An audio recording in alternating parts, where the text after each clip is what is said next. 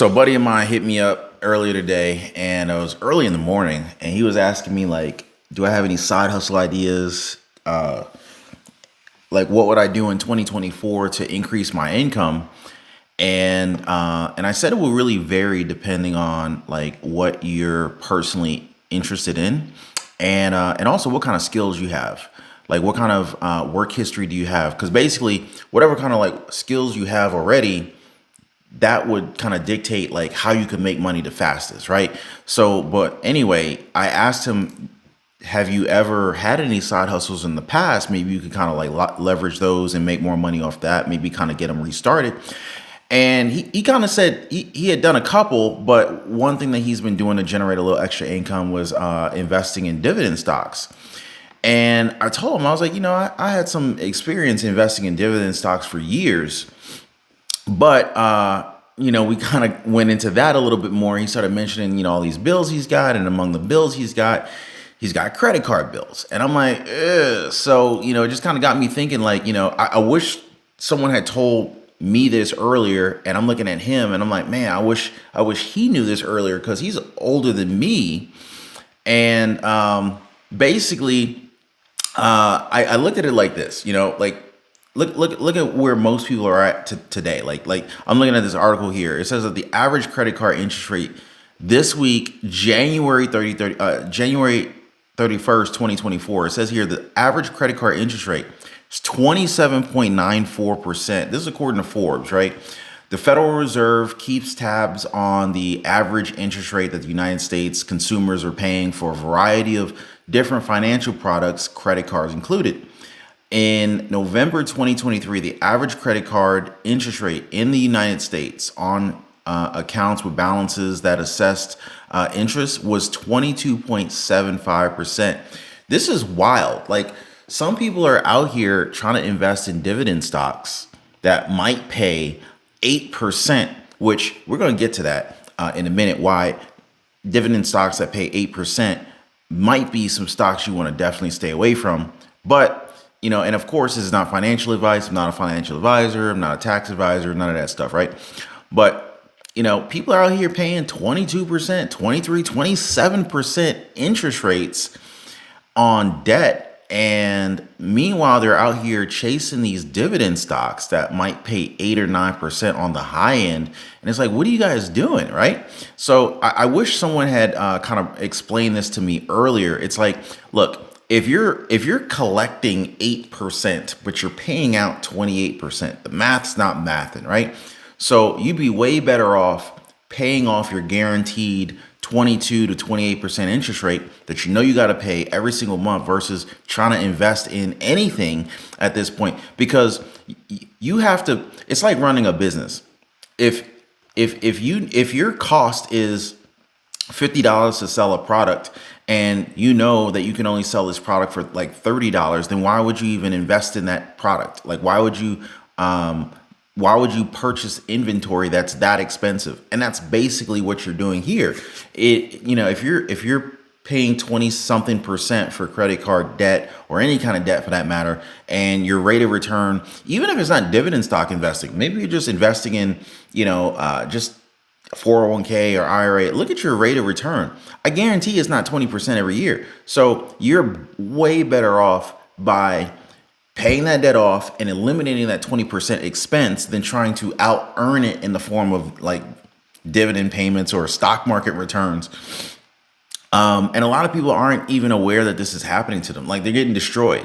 And I see it all the time, friends who have, I invest in the stock market, da, da, da. But yeah, they're carrying all this high interest debt and they're getting destroyed. I was reading here that Americans are struggling to pay their rent this month. In this report, half of all tenants, and this is wild, the numbers are increasing like this. Half of all tenants spent more than 30% of their income on rent and utilities, even among middle income renters. The middle class is getting wiped out, and it's been happening even before 2020. But it's like after 2020, the rate at which people are getting like kind of like, really set back financially is increasing. And it's just wild to see. But it says half of all tenants spent more than 30% of their income on rent and utilities, even among middle income renters. The percentage has risen 5.5 points from 2019 to 2022. Over the last 2 decades, housing affordability has climbed the income ladder and is increasingly affecting middle income households. This according to some research. Now, people with lower incomes, housing affordability is a fact of life. Or excuse me, housing unaffordability is a fact of life for lower income earners.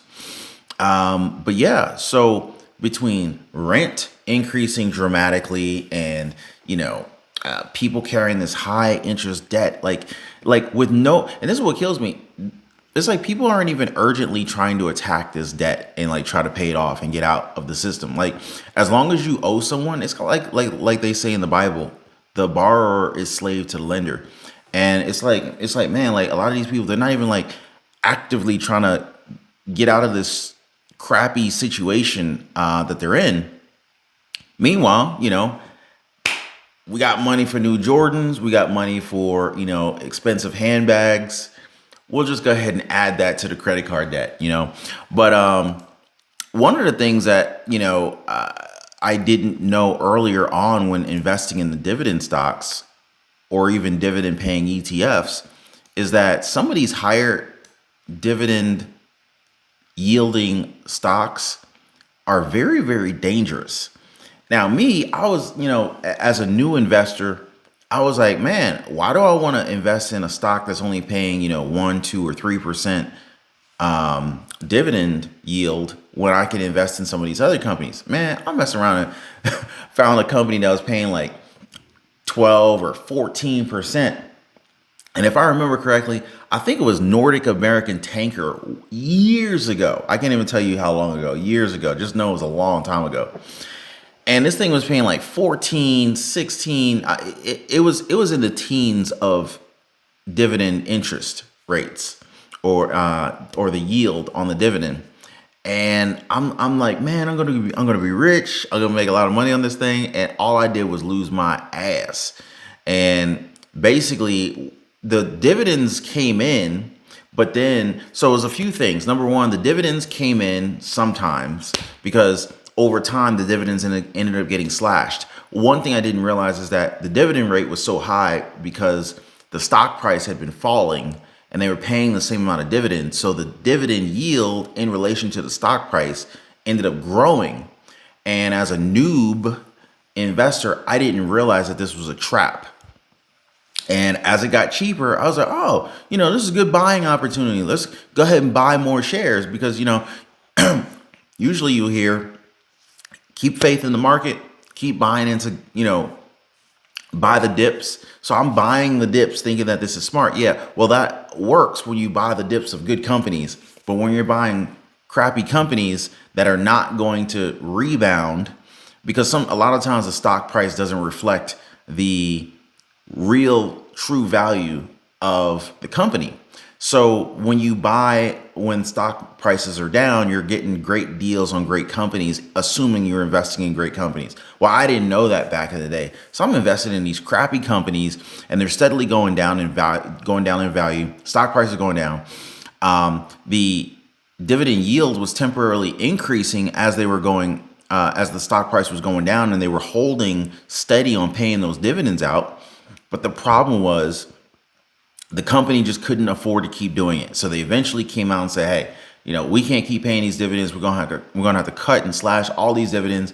And then my dividend yield got cut. So not only did I lose more money on the stock price because the stock price was going down, once the news came out that they were cutting the dividend, stock price went down even further, even faster. It was a big, huge mess. So now, I know better to invest in companies that are solid first financially, right? Companies that are going to grow, companies that can afford to pay the dividend that they're paying. And generally speaking, the yields on companies that are paying dividends that are strong, they're probably not going to be more than like 4% at the most, for the most part. But I changed my perspective completely when it came to investing in dividends. And so now it's like, if I'm looking for a dividend stock, if I'm looking for an investment that pays a dividend, I'm making sure that the company is appreciating year over year. The company's growing its revenues, its profits, its margins year over year. Secondarily, I'm looking at how much dividends it pays. So that's how I'm looking at it. That's how I'm approaching it. And of course, none of this is even being looked at unless I'm completely out of any kind of high interest debt, right? Me personally, I have zero high interest debt. All I have is my houses. So, this is the reality. This is the reality. So, I really wish I knew about this. I really wish I knew about these kind of gotchas regarding, investing in dividend stocks long before I started investing, for passive income. But another thing I wish I knew about was, and there's not enough talk about this. The greater your income, the faster you can invest in these different companies. The faster you can invest in the stock market, the more money you can invest in ETFs and dividend paying stocks, right? The greater your income, right? So really, instead of wasting so much time investigating and researching these stocks, I should have been focusing more on increasing my income, because that is going to have a greater effect initially on your ability to grow your net worth and build passive income versus simply investing in stocks or dividend paying stocks when your income's low. So those are just a couple of things that I learned over the years that I really wish that someone had taught me, or I wish I had learned this earlier before I started investing. But what are some things that you wish you learned earlier in investing? Let me know what you guys think about that. And also, what are you doing as a side hustle to boost your income? I'd love to hear about you guys' side hustles, whatever lessons you've learned regarding investing. I hope you appreciated this video. Hit the like button if you did. Definitely consider subscribing to the channel, and I look forward to hanging out with you guys on the next one. Y'all be good and take care.